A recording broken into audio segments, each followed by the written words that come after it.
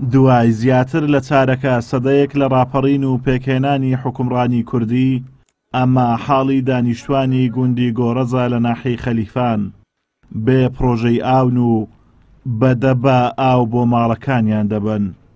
کۆمەڵە بە ئاوامێ بار کردیا لە سەیارێ بەو شێوێتم ئاو دینم دابینێکم ڕۆژانە تاوەکو بەقەت پێداویستی ئەوش پێداویستەکەش تەوا پێدابین ناکرێت لەوەی لە تێنا تووشی دەبەدەری و ئاوارەی و هەروە ماربارکردن. بەڕاستی گوندی گۆڕەز کێشەی خزمەتگوزاری زۆری هەیە، ئەوەش بەدرەجێ کارگەڕێنەوە بە کومتەرخەمی حکومەت و لایەنە پەیوەنددارەکان، چونکە لە ئێستادا کێشەی بچووکی قوتابخانەی هەیە، کێشەی تۆڕی کارەبایی هەیە، کێشەی بنکەی تەندروستی هەیە و هەروە کێشەی ڕێگاوبانی هەیە و کێشەی ئاوی هەیە بەدرەجێک.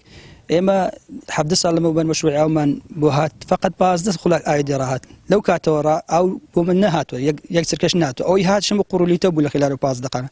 لە ڕووی خزمەتگوزاری زۆر بێ خزمەتگوزارین بە تایبەتی بێ ئاوی کە ئێستاوە مانجی هەشت هاچین بۆ مانجی نۆ کە بەڕاستی زۆر بەدەست بێ ئاوێ ناڵین لە 2007ەوە پڕۆژی ئاومان لۆ دەرچبوو لە ڕووبار بینوێرە بەڵام هیچ ئیشی نەکردێ بەڕاستی هیچ ئاوەکە هیچ ناتوە.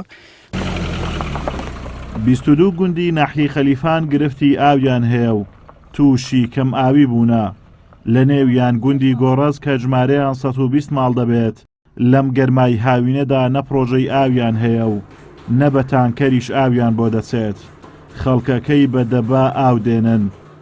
ئەمە جگەلەوەی لە خزمەتگوزاریە سەرەتاییەکانی دیکەش بێبەشن.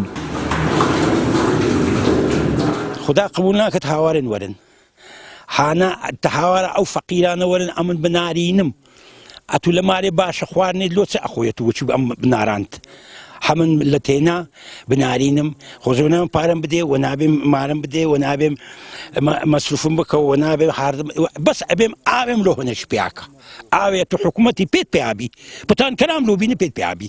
داوا لە حکوومەتەکەین ئەگەر ئاومان بۆ دابینەکە بە پەلەر بۆمان دابینەکە گوندەکە ڕوو لە چۆلبووندایە یعنی ڕۆژانە مار بار دەکا یعنی گوندەکە 130 مارە ئێستا سارانە لۆ 20 مار 10 مار 30 مار چۆلی دەکەن.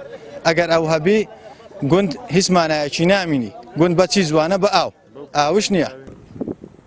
گوندەکان سەرچاوەی بەرهەم و داهاتی کشت و کاڵ و ئاژەڵدارین، کەچی حکوومەت بەکردەوە ئاوڕیان لێ ناداتەوە و ئاو و ڕێگاوبان کە سەرەتاییترین مافا بۆیان دابین ناکات. ئەمە شوای کردووە ڕۆژ دوای ڕۆژ گوندنشینان ڕوو دەکەنە شارەکان و پشت لە گوندەکان دەکەن.